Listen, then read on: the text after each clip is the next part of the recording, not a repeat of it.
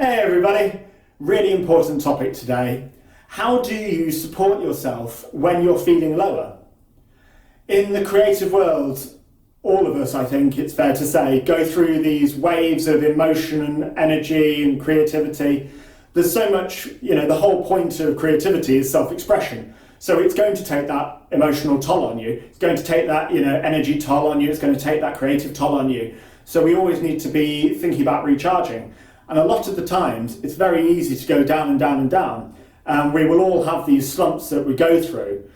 And then, a lot of the times, we may not feel we have enough support around us, or people know how to help us, I think is another one.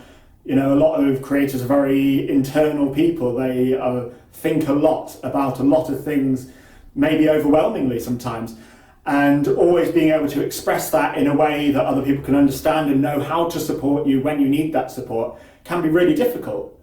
So we need to also make sure we have elements of how we're going to support ourselves, along with making sure we're letting other people know and making sure we're asking for help, because that's another really hard thing to do, but something that's really important. So on the topic of learning to support ourselves, when you're not feeling down, it's a really, really good practice. Start listing things. Make preparation lists for when you're going to be down. We all go in waves. Waves are going to last for the rest of life, really. So we know they're coming, which means we can prepare for them. So when you're feeling in good moods, and when you're having good periods, and when you're feeling inspired, lively, and you're loving time with your friends, and you've been on an amazing vacation, note things down that have been really inspiring you. What lifted you that day? What do you know always lifts you? What things do you know the more you do of, the more you will feel better?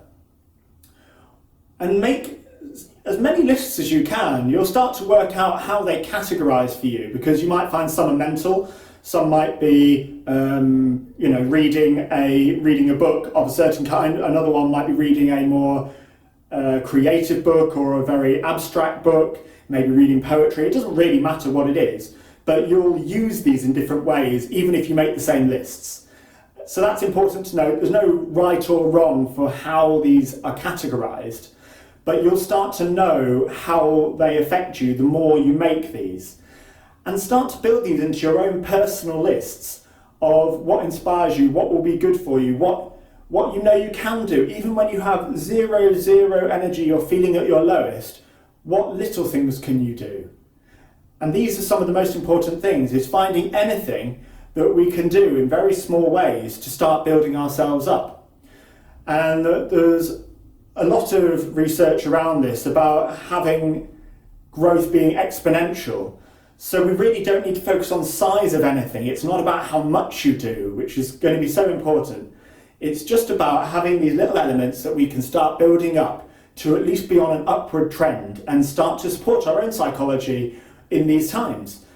So when you've got these categories, build them into what you find emotional, what you find physical, what is spiritual, and what things lift you in different ways. And you'll start to be able to experiment with these.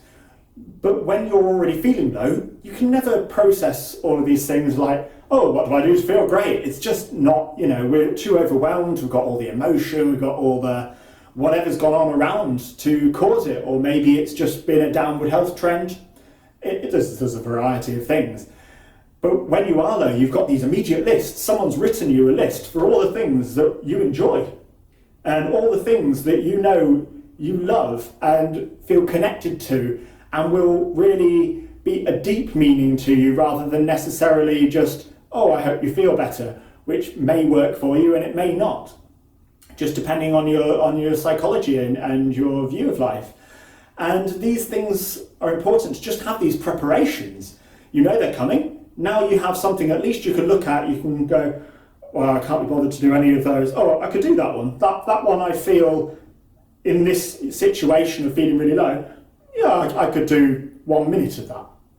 Or do 1 minute and put another minute in the next day or later in the day. Oh, and then maybe in a few days you think, oh, well, actually that one, yeah, no, I could probably do that. Add 30 seconds of that one in. put that in on the next day. And you're starting to build yourself a structure for recovery and for ways to pull yourself out. Because the stronger you get, just by lifting a little bit, can sometimes open up a million new opportunities and ideas and just things that will support you anyway. So it's about getting back to those stages when your other natural supports come in as well. But we've always got this to come back to, and we're starting to build our own support network mentally that are ready lists for us, ready things that we can go to, which are so powerful in those moments where there's just, the ability to think goes down, the ability to feel good goes down. And there's so many different methods and different things you can think of. If you need some ideas, feel free to get in touch. But I really hope you start making these anyway. Make them when you feel your best. Make them when you feel, when you're enjoying life.